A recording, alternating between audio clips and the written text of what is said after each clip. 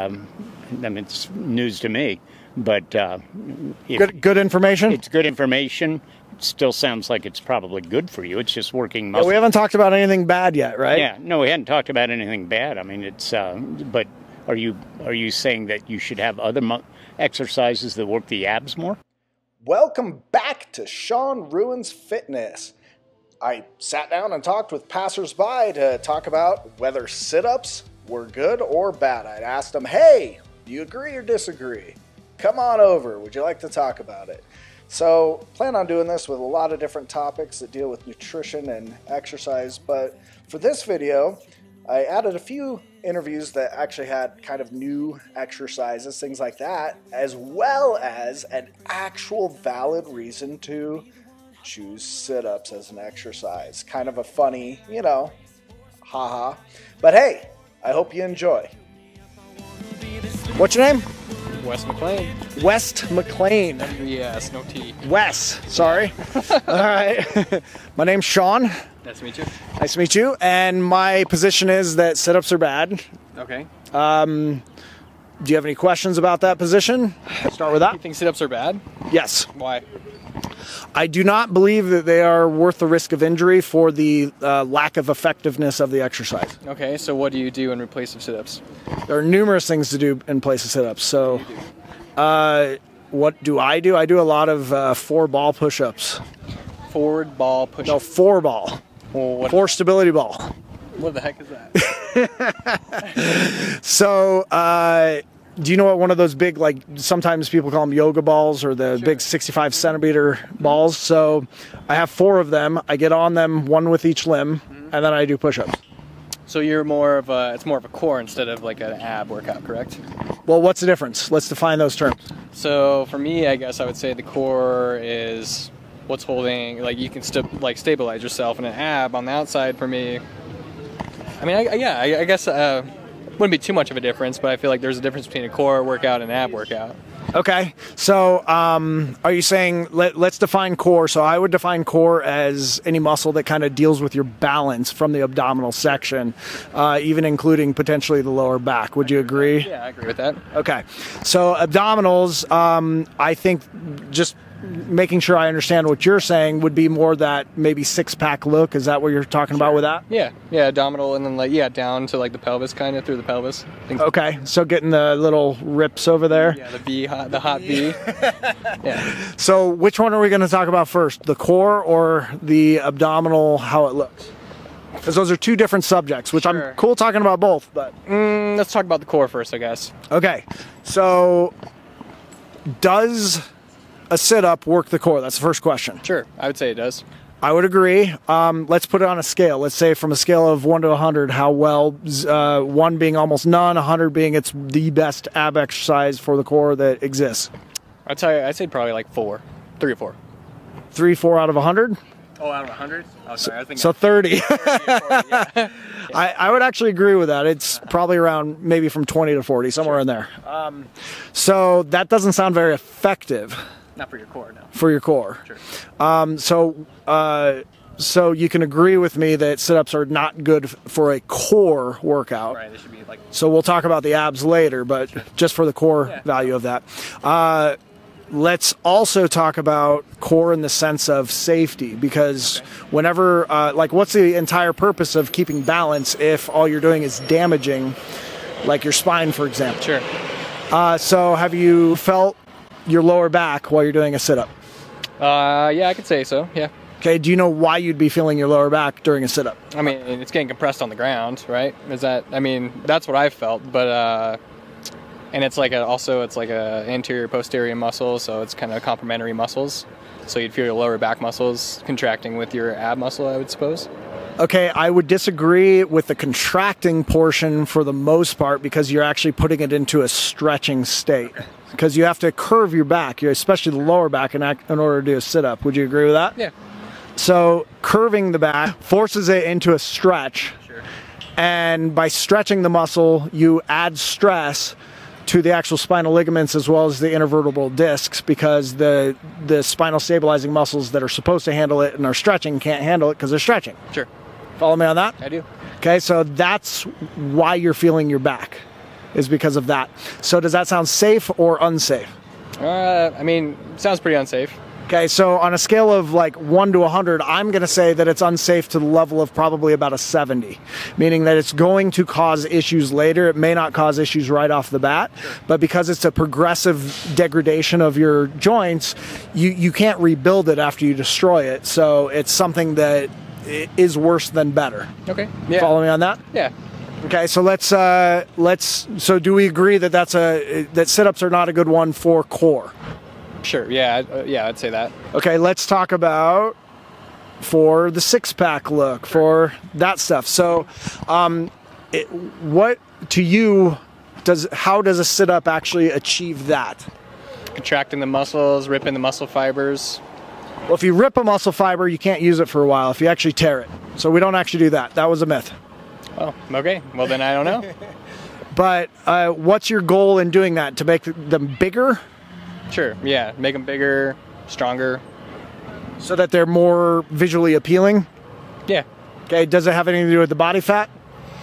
No, I don't think ab workouts has very much to do with body fat at all, actually. Okay, good, because it doesn't actually burn a lot of calories, so you're not going to actually do that, and there's no such thing as spot reduction, so I can't work there to lose it there. So rectus abdominis would be the main muscle that actually gives that six-pack look. Okay, so during a sit-up, you're primarily using your hip flexors. Yes. Okay, so where in the sit-up do you think you use the actual rectus abdominis? I'd say right at the very bottom when you're initially getting up, and then the rest would be hip flexor. Or maybe on the way down, holding yourself, but also more hip flexor than your ab. So at the very bottom, you're using a lot of hip flexor as well to get it up. You curve it, and at the top, you actually have the most engagement according to EMG studies. But it's not very much. The amount of abdominals that you work the most is actually the transverse, which is a core muscle, but it's just not very effective, where you can do a lot of other more challenging things. Okay. So my question would be, if you want to work that six-pack, if I were to suggest a better exercise that actually works it better without actually putting any of that risk of injury on it, would you be willing to do that? Sure. Yeah, of course. Okay, so have you done a reverse crunch before? Reverse crunch, like you're talking like kind of like a glute type workout, like where you're doing like the reverse banana type thing? Reverse banana, that's a first. Hold on, let me try and let me try and understand what you're saying here. Okay, I like the hamstring exercise. Like, is that like a reverse curl, I guess, to work like your lower back? Are you talking about with a weight, between your? You're holding it, and then you're on like a hinge point, so your legs are hooked in.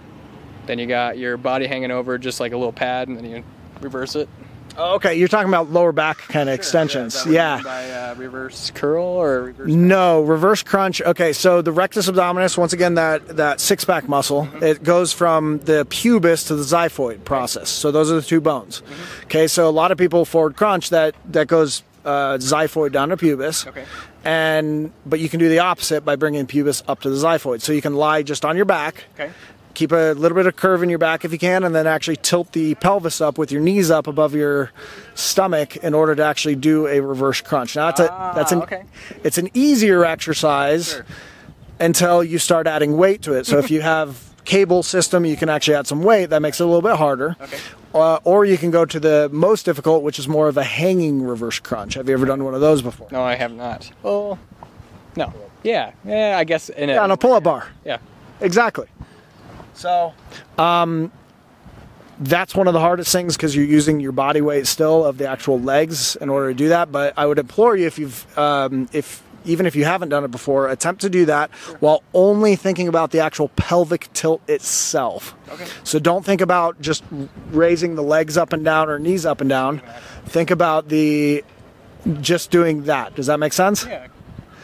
All right. So, can we agree that the sit-ups is not that good of an exercise? Yeah, it's pretty 80s, I would say. I'd say it's out of date. Yes, that's a good way of saying that. All right, well, pleasure meeting you. Thanks. Pleasure talking with you. Thanks. And that was fun. Mind if I use that? Nope. For the video? All right, thank you. I'm Sean. Nice to meet you, Sean. I'm Carl. Nice to meet you, Carl. So my position on this is that sit-ups are bad. So my interview with Carl was actually really good. He's very intelligent, knew quite a bit about everything, but we kind of agreed on almost everything. And the stuff that we covered was pretty much what we have talked about, what I've talked about with other people already. So I kind of want to just speed through this interview and get to the part where it's different. And the reason it's different is Carl changed my mind. So this just shows that it is possible. I'm a very open-minded person. I have studied a lot more than the majority of people within this industry. And so, of course, I have my own mindset, my own kind of beliefs that I've acquired through doing a plethora of research in scientific journals. But even still, people can change my mind. Enjoy. Well, it sounds like we agree on most of it. I was just curious. I'm like, let's see what we can boil this down to. What can they be used for?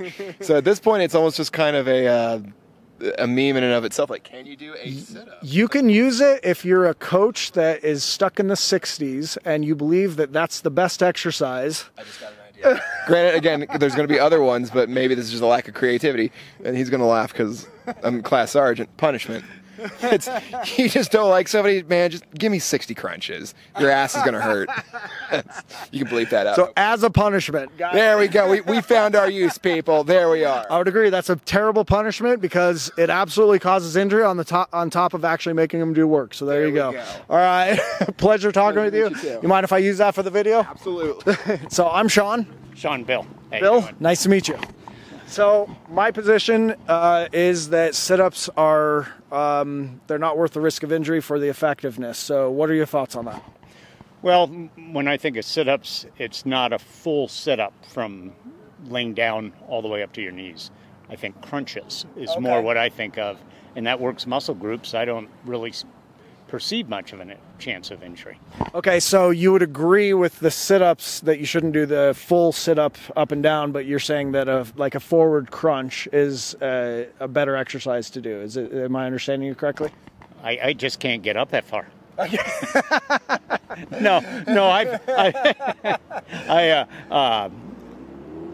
think the crunches work the same muscles, to my knowledge, or at least most of the same muscles.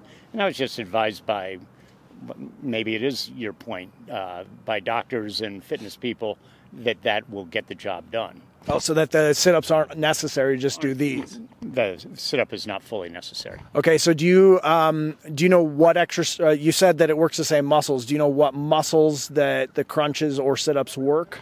Mostly the abdominal groups. So you have numerous abdominal muscles. So you have the six-pack, which is the rectus abdominis, the obliques, which are on the side and do kind of side motions, and then or rotational motions. And you have the transverse abdominis, transverse, which is really deep muscle.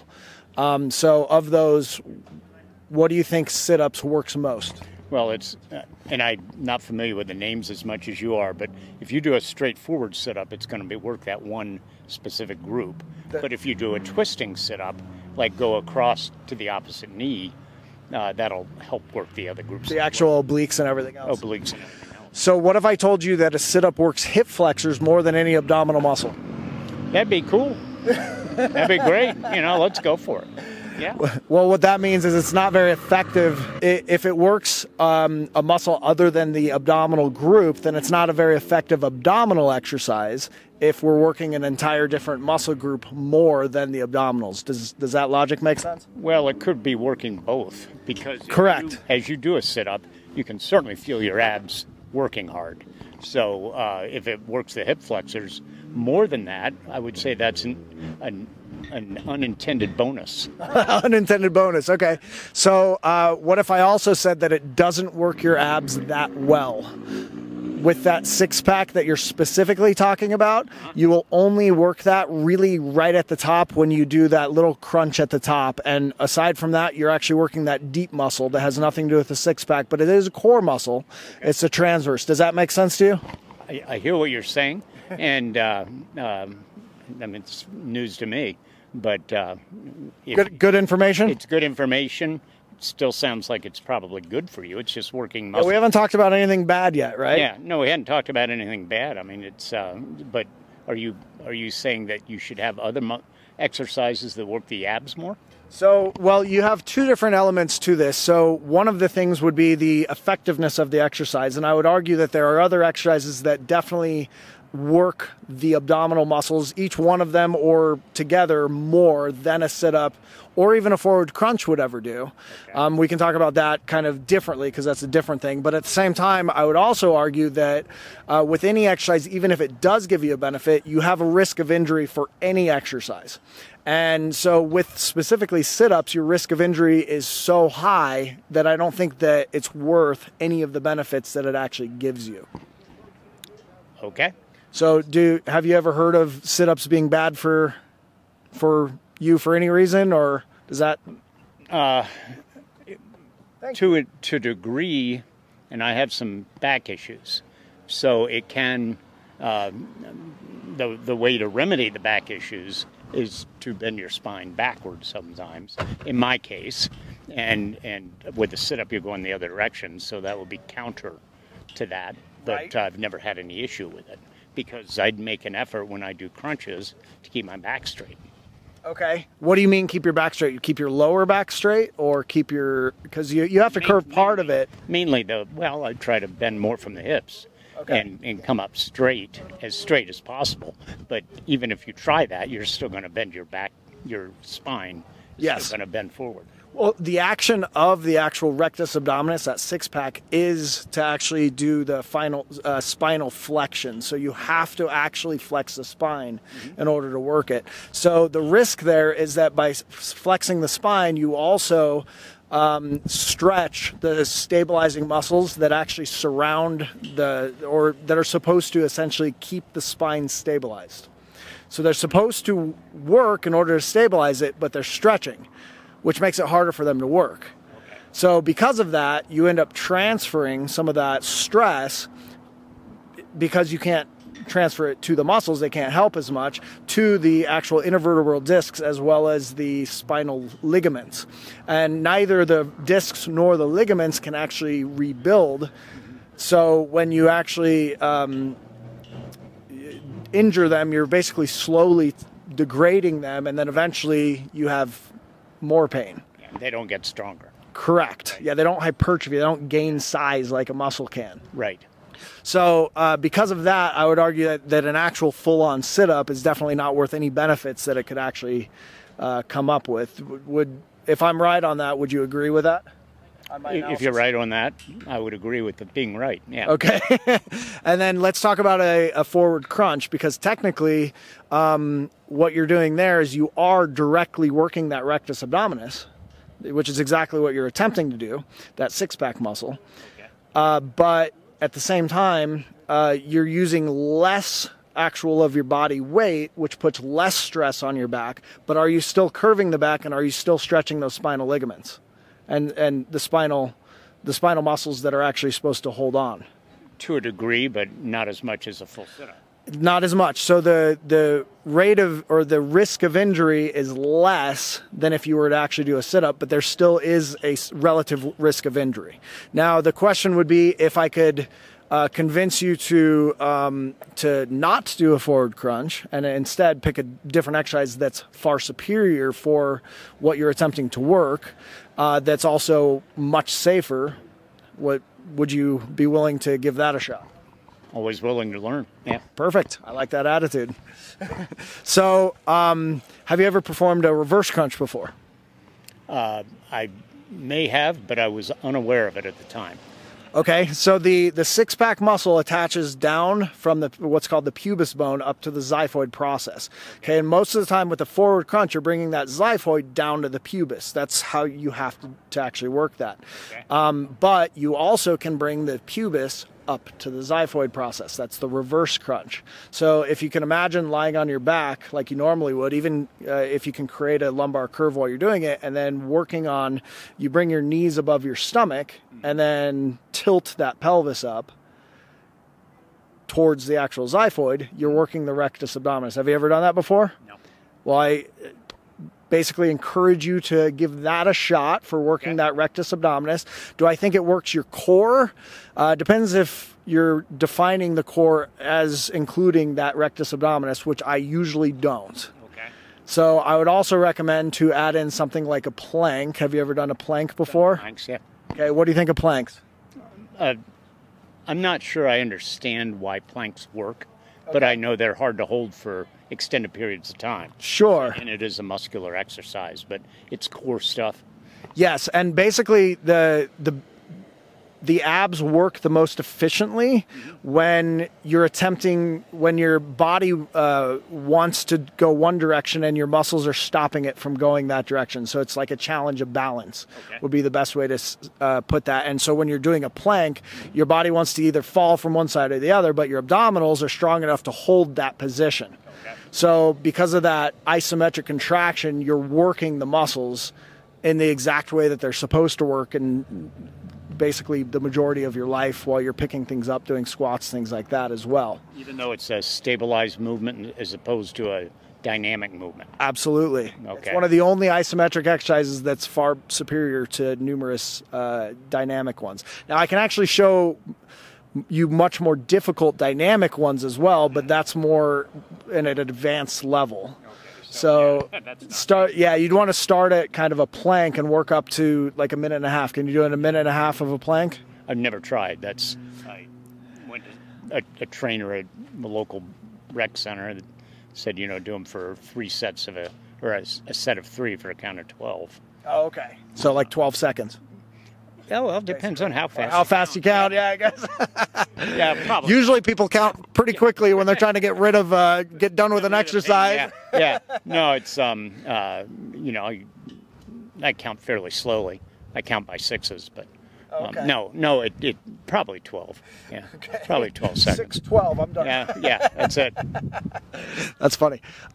So I would recommend to do that, but at the same time, I will give a little bit of advice where a lot of people tell you to actually drop your hip during a plank. I don't know if you've ever heard the form of a plank. No. They tell you to keep their butt down. I would actually recommend you lift it up just a little bit so that you take the stress off of the spinal erectors, which are your lower back muscles. And by taking it off of that, you put a lot more onto the actual stomach. And the stomach actually tells another spinal stabilizing muscle called your lumbar multifidus, which is the deepest one in your spine, to actually work more. Okay. So that is working your core at the ultimate foundation of your core. And what about doing planks from knees as opposed to toes? Absolutely. And a knee plank is an easier plank to do, so it's a great way to start if you can't do a toe plank for very long. Same thing, work up to about a minute and a half of that, and then work your way into attempting the plank after that. The whole idea is you need to keep progressing too. Right. So as long as you don't stay stagnant, if something becomes easy, that's when someone it basically doesn't get any new results. Okay. So, awesome. We're good. Thank you. Absolutely. It was great to have you. Great talking with you. Appreciate you coming on the show here. So, just give out good information. Is it okay if I use this for YouTube? If you want to. All right, I will. All right. Hey, thanks for watching. Make sure to leave a comment and let me know if you've ever felt back pain from sit-ups. Love to hear from you.